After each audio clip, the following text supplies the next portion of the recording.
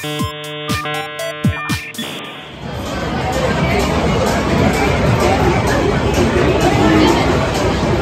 tout le monde, c'est Max. Je suis présentement au gala de la phase des internets. Je me suis dit que ça allait être un moment parfait pour demander aux gens c'est quoi leur meilleur souvenir de VRAC TV. Allez, on va leur demander. Pour ce qui est de VRAC TV, mon meilleur souvenir, c'est avec cette chose que j'ai commencé à suivre les émissions qui jouaient à chaque semaine. Un autre bon souvenir que j'ai de VRAC TV, c'est que j'ai pu participer à un épisode de Air Force. Ce que je me rappelle le plus et que j'ai plus aimé à VRAC TV, c'était vraiment Dans une galaxie près de chez vous. Et aussi le méchant changement avec Stéphane Bellavance. Tout voir les chambres qui sont mélangées de manière farfelue, mais que les kids vont partir plus tard, c'est quand même, je trouve ça quand même comique. VRAC TV, moi, c'était les jeux sur le site web. Je suis tout le temps là-dessus, moi. Ben ça tombe bien, parce que je les ai toutes juste ici, dans ma disquette. Allez, on va y découvrir. T'as encore un lecteur de disquette?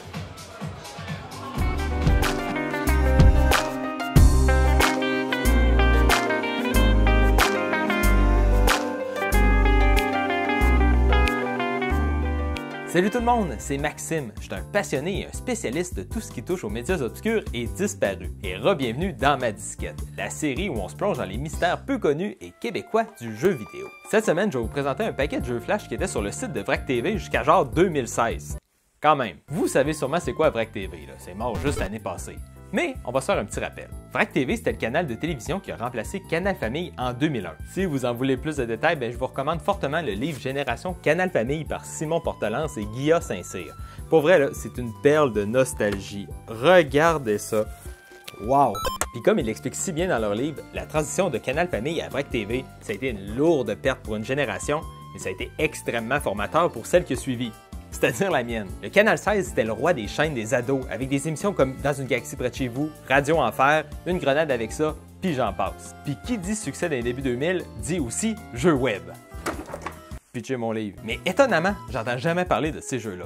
Fait qu'aujourd'hui, je vais vous présenter tous les jeux qui ont survécu au temps et à la fermeture de VRAC TV qui se découlent en 3 grandes catégories. Les jeux basés sur les émissions de VRAC TV, les jeux pour enfants, puis le jeu du QG+. Puis c'est le meilleur de la gang, fait que tu restes jusqu'à la fin pour pas manquer ça. Sans plus attendre, c'est parti! Là, c'est pas toutes les émissions de VRAC TV qui ont eu leur jeu sur le site web. Puis il y a pas mal de jeux qui existent juste plus sur Internet. Mais ça, on s'en reparle un peu plus tard. Commençons avec...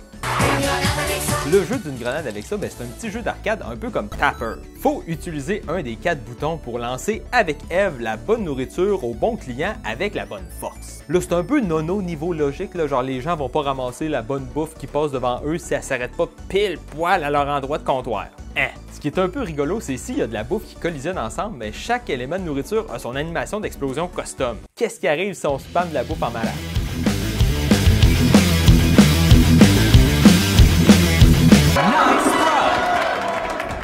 Hot dog de Bob de Dans une galaxie près de chez vous. C'est un petit schmop, tu te promènes avec le Romano Fafard puis il faut que tu tires sur des hot dogs géants. Là, c'est hyper facile, t'as juste à spammer les torpilles là, super vite, sans arrêt, puis tu peux juste pas te faire toucher par les hot dogs puis tu peux jouer à l'infini. Mais au moins les hot dogs géants, là, c'est une référence à un épisode? Je suis sûr Monsieur Salon de Dans mon salon saurait ça. Yo Max, écoute, visiblement, c'est un jeu fait à la va-vite, sur le fly, et du moins pour un doggy. Car disons-le, mon ami, y a pas trop de choses cohérentes avec la diégèse Dans une galaxie près de chez vous dans ce petit jeu flashy flashouille.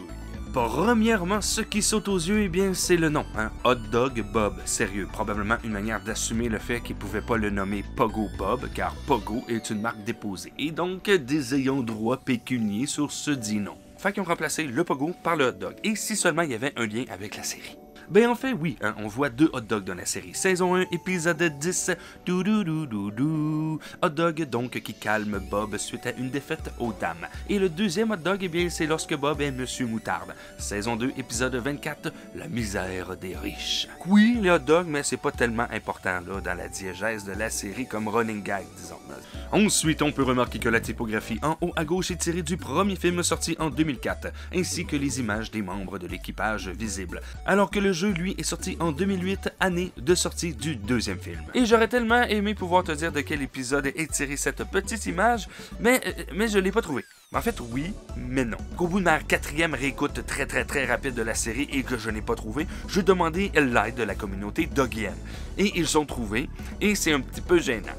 Ben non, c'est littéralement dans la saison 1, épisode 1, Attendez-nous pas pour souper, et c'est dans les premières secondes de l'émission qu'on peut voir cette image. Voilà. Est-ce que c'est tout ce que j'ai à dire sur ce petit jeu? Oui, je crois que oui. Merci Max de m'avoir enduré, hein? Je me suis comme un petit peu invité. Mais écoute, moi, quand on parle de Dans une galaxie, je suis présent. La cache labyrinthe. Bon, je dois avouer que je me souviens pas de l'émission La Cache animée par Emmanuel Bilodeau. Mais ce qui est important ici, c'est qu'on a accès à un jeu flash de labyrinthe. Faut faire glisser sa cible d'un bord puis de l'autre pour réussir à ramasser tous les drapeaux du tableau. Moi, personnellement, j'aime bien ça, les petits jeux de puzzle de même. Mais faut avouer que c'est pas le jeu du siècle. Puis c'est même souvent possible de se coincer dans un coin puis de pas être capable de finir le tableau. Fait que là, faut que tu recommences, mais il n'y a pas de piton recommencer. Fait que là, faut que tu skippes tous les tableaux pour revenir au tableau que t'étais pour pouvoir recommencer. Puis tu fais tout ça sous le regard intense et immobile d'Emmanuel Bilodeau qui te regarde dans le coin sans arrêt. Ah!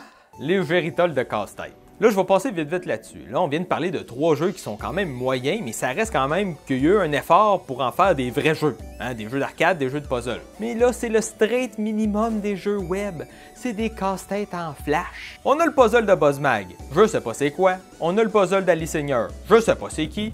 On a le puzzle de la gang d'Il était une fois dans le trouble. Bon, ok. Puis on a... Oh non, pas encore le regard intense d'Emmanuel Bilodeau! Ah! Bon, pour les autres jeux d'émissions de télé, soit qu'on a affaire à des jeux vraiment pas terribles ou des jeux qu'on n'a plus accès à la version complète. On a le Tetris le plus basic que j'ai joué de ma vie qui est brandé Il était une fois dans le trouble. Parce que quand on joue à Tetris, on se met dans le trouble. Je comprends pas le concept, mais si vous avez envie de jouer à Tetris, allez jouer à un autre Tetris. Là, déjà, les blocs sont tous de couleur random, fait que tu peux pas te fier à la couleur pour savoir la forme. Quand tu vas par en bas, ça va tellement vite, tu peux plus changer de lane, puis tu peux même pas, genre, slider les blocs entre 2 blocs. Bref, allez jouer à un autre Tetris, c'est pas un bon Tetris. Un peu plus excitant, là, on a un éditeur de chambre de méchants changements qui a même l'excellente toune de générique. Méchants changements! Malheureusement, le jeu est brisé, là. Tu peux choisir une chambre de début, puis après ça, ben, tu peux juste choisir un décor. Les autres affaires sont plus là dans le jeu Flash, fait que ça donne ça. J'ai essayé de recréer mon décor, ça paraît pas. On a aussi un jeu de mémoire de Stan et ses stars. Je connais personne là-dedans, ils se ressemblent tous. Y a-tu déjà vraiment quelqu'un qui a joué au jeu de mémoire de Stan et ses stars sur le site web de VRAC TV? Pense pas. Puis finalement, on a un jeu de mission de la fée Eric. Là, on a juste comme 2 extraits vidéo du jeu. Les pouvoirs! Il y en a 3 nouveaux à chaque semaine. Sont où les questions faciles? C'est pas grave. Si tu rates une réponse, pas de stress, tu vas pouvoir te reprendre dans 24 heures, en temps humain. C'est cool, hein? Party! Non, je veux dire, bonne chance. On dirait que c'est un jeu qu'il fallait venir à chaque semaine pour réussir des missions. C'est pas très clair. S'il y a quelqu'un qui m'écoute, qui se souvient c'était quoi le jeu de mission de la fée Eric, j'aimerais bien ça comprendre c'est quoi que je suis en train d'écouter là. Les jeux vraiment perdus. Avec les années, la popularité des jeux web a vraiment été en diminuant. À partir de l'arrivée des téléphones intelligents, les jeunes ils vont plus sur des sites web pour trouver des jeux. Flash marchait même pas ses téléphones. Ils allaient sur le store de leur téléphone pour télécharger des jeux gratuits. Puis pourquoi je dis ça? Parce que je pense que plus qu'un site est populaire, plus il y avait de chances de se faire archiver par la Wayback Machine. Ce qui fait que les jeux qui ont l'air plus gros, plus hot, plus de vrais jeux, ben, sont sortis fin 2000 puis début 2010, puis ils ont juste pas été archivés malheureusement. J'aimerais en souligner une couple qui vont sûrement vous intéresser. Il y avait un vrai jeu de Il était une fois dans le trouble. J'ai accès à un screenshot très flou, mais on dirait que c'était un genre de copie de Plants vs Zombies. Il y a une image que la face de Stéphane Bellavance cache toute, mais on dirait que c'est un puzzle de logique. De arrange-toi avec ça. Je suis assez curieux. Mais le plus intéressant de la gang, c'est un jeu en 3D d'une grenade avec ça. Tout ce qui reste aujourd'hui sur Internet de ce jeu-là, ben, c'est une séquence de 3 secondes sur le demo reel du développeur sur YouTube. Mais je pense que ce développeur-là n'existe plus aujourd'hui. En tout cas, il m'a pas répondu sur Messenger. Encore une fois, si jamais vous vous souvenez de ces jeux-là, ou si vous avez des images, des vidéos ou les jeux eux-mêmes, venez me le dire. J'aimerais bien ça archiver le plus d'informations possible sur ces jeux québécois disparus. Bon, il me reste encore quelques jeux à présenter, mais on va y aller rondement. J'ai découvert une série de jeux clairement targetée pour les enfants, puis qui m'avait l'air de vouloir faire compétition à radiocanada.ca/jeunesse. Hey, on va s'en reparler une autre fois de ces jeux-là, ok? On a Hector aux commandes, un autre jeu d'arcade qui se passe dans la cuisine. Tu joues avec un serpent pour peser sur des machines pour faire tomber la bonne nourriture dans les bons plats au bon moment. C'est pas plus compliqué que ça. Tu fais tomber les bonnes affaires d'un bon trou, puis t'as un record. On a Anna Patina, qui est un runner vu de côté où est-ce qu'elle fait du patin à roue alignée dans des rues vraiment maganées. Sûrement les rues de Montréal! Mais ce jeu-là est impossible! Regardez comment ça va vite! Mon record, c'est 220, puis 220, c'est juste 8 étoiles de ramasser, ça. Sérieusement, c'est ben trop tough. On a Soccer qui est un genre de Pong, mais voyons donc, c'est impossible ça aussi. La balle, elle arrête pas de rebondir d'un bord puis de l'autre. Tu sais jamais si tu vas l'attraper, tu sais jamais si ça va rentrer dans un but. Mais au moins, il y a un truc. Si tu réussis à prendre l'avance, puis après ça, tu peux attraper le ballon puis arrêter de jouer. L'ordi va te laisser faire. Palpitant. On a aussi le Labo mélangé qui est le jeu là où est-ce qu'il faut slider un puzzle d'un bord puis de l'autre. Il y a une case de vide, là, le jeu de puzzle slider. Là. Mais ils ont réussi à rendre ça impossible, ça aussi. Là. Déjà que c'est pas super facile, là, ces petits puzzles-là.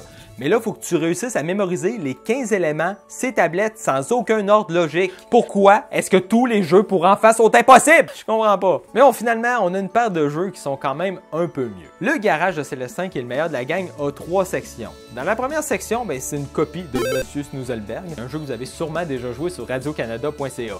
Je vous l'avais dit qu'il essayait de se faire compétition. La deuxième section, c'est un quiz de questions sur l'univers de Vrac TV. Facile, je me souviens de tout. La sauce napalm, Deb, ça n'existe pas dans Radio Enfer, Charles puis Valence, puis Tipou. Vous l'avez dit que ça avait été formateur Vrac TV. Puis dans la troisième section, tu finis par bâtir un taco en mode cherche et trouve dans 2 écrans différents. Tu as un timer, c'est un peu stressant.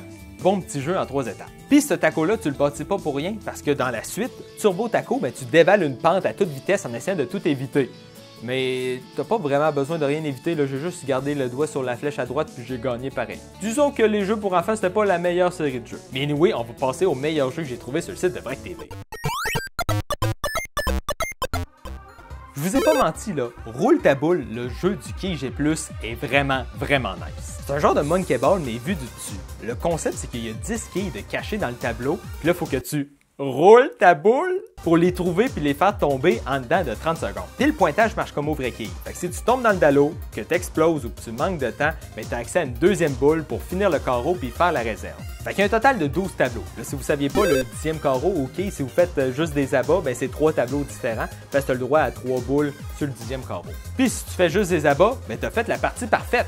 300 sur 300. J'ai justement une vidéo sur ma chaîne des jeux puis de la bière qui explique si c'est possible de faire une partie parfaite dans Roule ta boule. Fait que vous irez voir ça juste après. Mais sinon, je suis subjugué. C'est une excellente idée, merveilleusement exécutée. J'en ai quasiment envie de reprendre le concept et d'en faire mon propre jeu tellement que je trouve le concept nice. Puis pour les petits fins finaux, le Quai G+, ça se passe à Montréal. Il était dans ma liste, je l'avais teasé un petit peu dans les listes de tous les jeux qui se passent au Québec. Si vous l'avez manqué, c'est pas très loin sur le lobby, tous les jeux qui se passent au Québec. Dans la liste sous la deuxième partie, il y a une couple de jeux de Vrac TV de cachés là-dedans qui se passent à Montréal. Donc, c'était ça les jeux perdus et oubliés de Vrac TV. Puis franchement, je pense que je comprends un peu pourquoi ils ont été oubliés. Les premiers jeux qui sont sortis sur le site web ils étaient vraiment moyens, mais c'était assez standard là, pour les jeux flash de l'époque. Puis après ça, quand il y a des meilleurs jeux qui sont sortis, ils sont juste sortis à mauvaise époque, il n'y a personne qui les a joués. Je suis quand même super content de vous les avoir présentés, d'avoir revécu l'expérience des jeux de Vrac, puis d'avoir découvert Roule ta boule. Mais je perds pas espoir, il y a sûrement des gens qui ont travaillé sur ces jeux-là, qui ont encore accès à des images, des vidéos ou aux jeux eux-mêmes qui voudraient me les partager. Puis si ça arrive, je vous en reparle, c'est promis. Mais sinon, on n'oublie pas que c'était Maxime pour le lobby, je vous souhaite une excellente journée, puis on se revoit très bientôt avec le prochain mystère que je vais découvrir dans ma disquette. Allez, à bientôt. C'est vraiment